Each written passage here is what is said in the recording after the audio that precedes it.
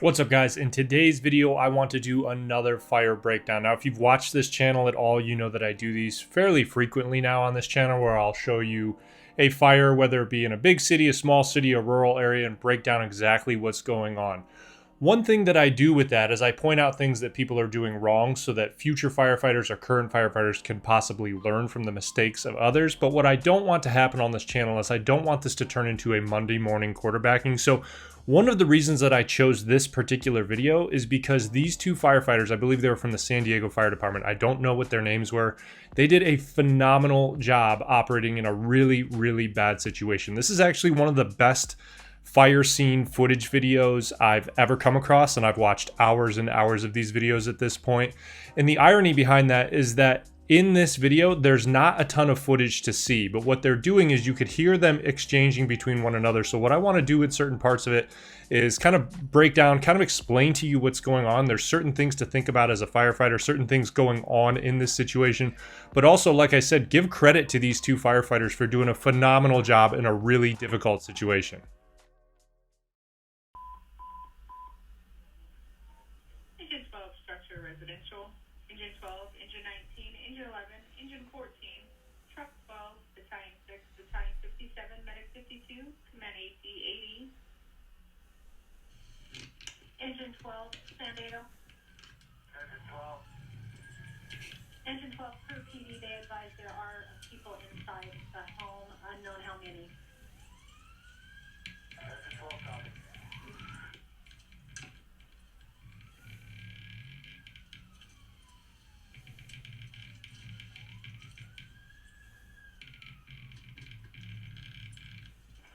San Diego engine 12 is at scene, one-story residential structure.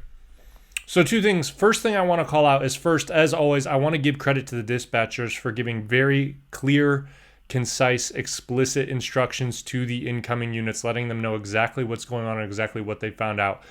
Dispatching is a very underrated profession. They don't get nearly enough respect that they deserve, but also having a good dispatcher that makes it very clear what to expect when you get on scene is sometimes hard to come by. So congratulations, or I shouldn't even say congratulations. Good job for this dispatcher for being so clear and concise in her directions. The second thing I wanted you to notice is this is an engine company, I believe, and you notice they drive past the fire. Now, you've heard me talk about this in other videos where I talk about the different sides of the fire.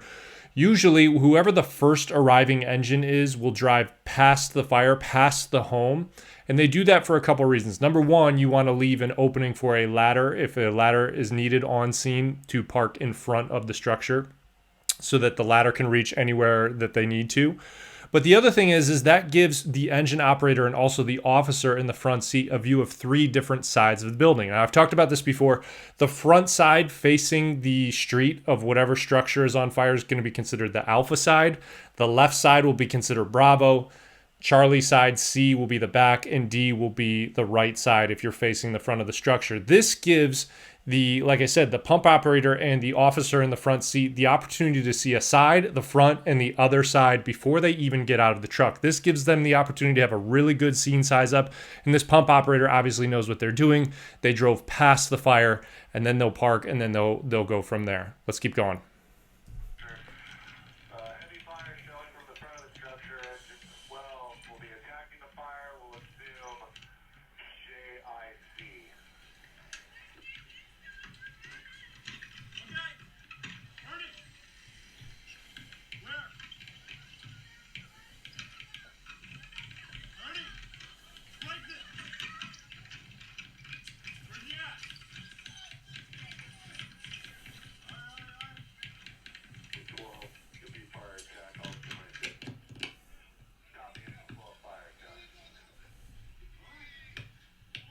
So while he's masking up, the other thing that I want to point out, number two, is that the officer did a very good job giving directions to the incoming units of exactly what he wants them to be doing. But also the firefighters, the two firefighters in this instance that are coming up to that window where there's, I don't know if it's the mother or just somebody that lives in the home and the boyfriend, you can see they're yelling. They're obviously very concerned. They're very scared. There's a lot going on. There's people still trapped inside. These firefighters are as calm as can be, and that is an excellent trait of a firefighter, being able to stay calm under pressure. That's more rare than you probably realize, so good job to these firefighters for staying calm as people are yelling things at them.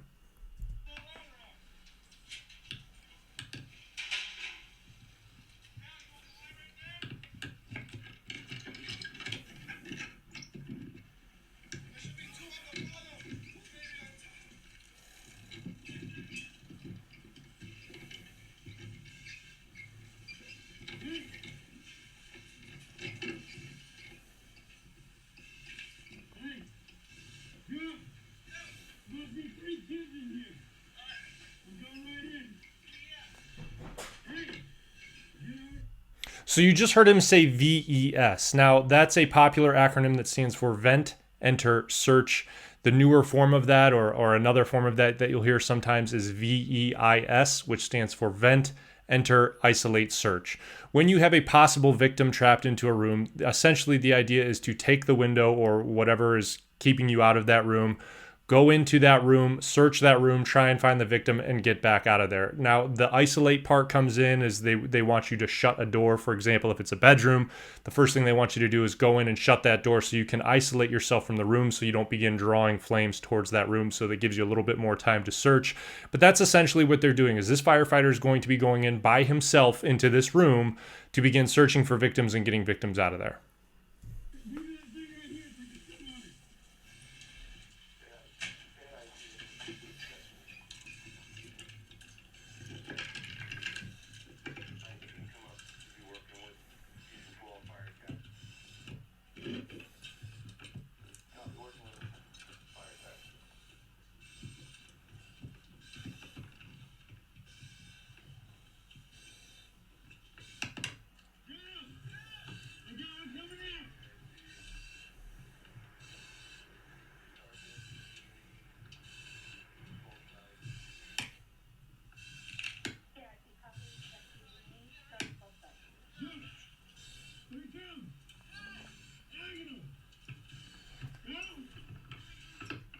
So that's another thing I want to point out. If you're not aware of what agonal means, that's agonal breathing. That's essentially a way of saying he's struggling to breathe. Agonal breathing is not a good sign when somebody is breathing like that. But the other thing that I want to point out too is while one firefighter goes in during VES, the other one stays at the window or close to the window for this very reason. If you're in there by yourself and you find a victim, it does you no good to have to try and drag that victim back out of the window by yourself. It's very difficult, but you also want to keep that other guy in there as long as you can to keep searching, especially in cases like this where there's more than one victim. So again, excellent job to these two. They're referring to them as Firefighter 1 and Firefighter 2. Whoever Firefighter 1 is did a good job getting in there, doing the primary search, finding one victim for now, and then getting them out of there to Firefighter 2, who can pass them on to medics or other firefighters or whoever else is there.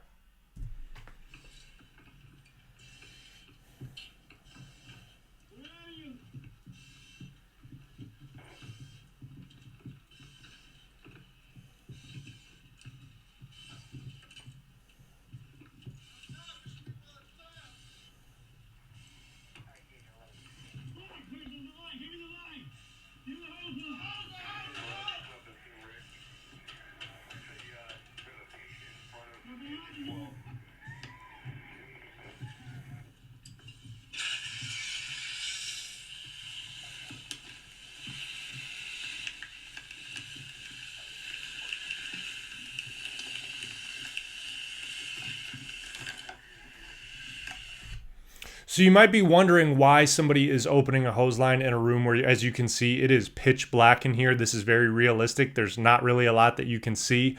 You might be wondering why someone would open a hose line in a room where you can't actually see flames. It's because that cool water, the radiant heat, I don't think that this particular room was on fire at this time, as we haven't seen any flames, but I'm sure some of the rooms adjacent to this particular room were, and the heat coming in that room has to be utterly oppressive. For him to be saying that it's getting hot in there with all of his gear on means it has to be extremely hot at that point. So just opening a hose line is going to generally make everything better.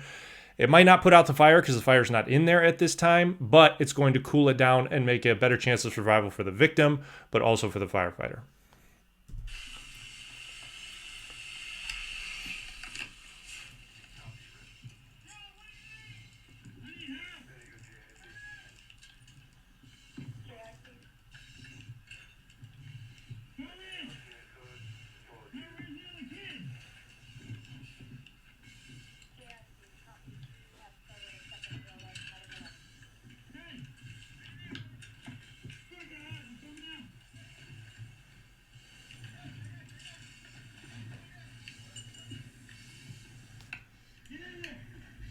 All right, so as you can see, flames are blowing out of that other window that I'm assuming is adjacent to the room that they're currently in, which explains why it's getting so hot in here. The other thing I wanted to point out on the part of Firefighter 1 is you hear him asking, they're referring to them as this guy's the boyfriend, this bystander, hey, where else do you think in the room these people were? That's a really good thing to use. Good job for these guys for using their resources around them, and resources can be atypical things like a bystander, right? It doesn't necessarily have to be something, another firefighter or somebody within the fire department or the power company. While all of those things are good resources, use what you have. And knowing that this boyfriend knows where people are in the room and what the layout of the room is, because he obviously can't see, it's pitch black, it's really good to ask him, hey, top bunk, bottom bunk, left, right, where are they? Good job to this firefighter for doing that.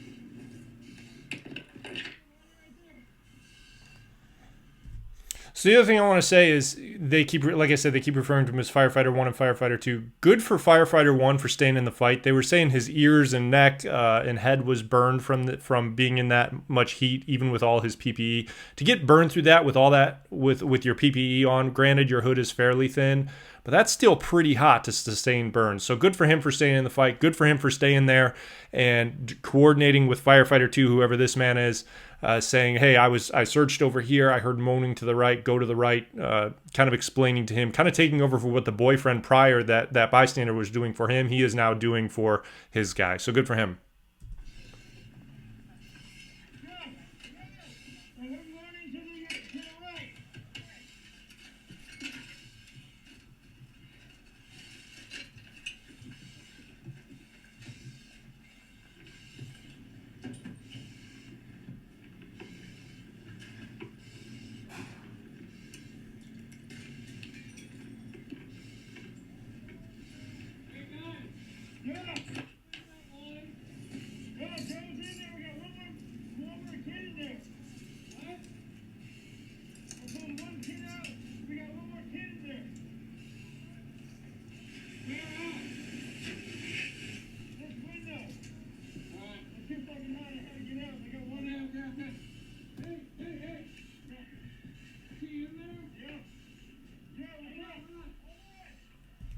So this is something else I want to point out. This is excellent communication between the captain, or I don't think the captain in this case is the scene commander. It doesn't seem like it.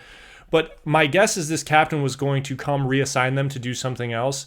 Just because an officer tells you, hey, we're going to move you here, we're going to do this, it's important that you communicate to your officer if you have found something that is a top priority, like a victim in this case. Now, I don't know why they aren't really talking on the radio. You don't really hear a ton of radio traffic. Maybe they do things differently. I don't know. But good for him for being very clear and concise in his directions, saying, hey, we've got victims in here.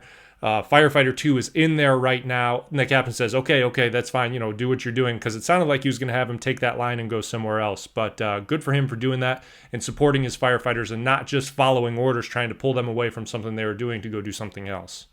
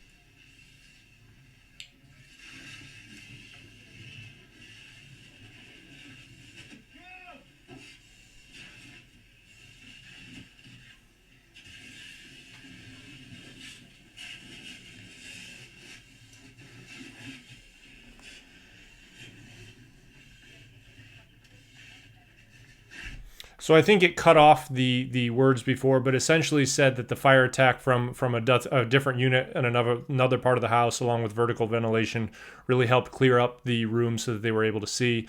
Firefighter 1 was able to get back in there and continue to knock down the fire and kind of cool the room for him and Firefighter 2 as they're still looking for that third victim. Unfortunately, as you can see here, looks like 2 of these victims did make it, and unfortunately, 1 of them did not. This is a really good teaching tool, and like I said, this is one of the most underrated fire videos I've seen yet, and the irony is there's not a lot of fire. There's a lot going on here and a lot of lessons to be learned from this, and at the end of this video, for the purposes of this video, we're good here, but at the very end, it says that, actually, I'll let it play through. It says that this video was put out with the permission of the family because they want people to see this and they want people to know about this and understand this, to discuss this. See, it says the victim's family are encouraged us to share this video so that other firefighters may learn, discuss, and train for this type of event and scenario. This is a really scary event.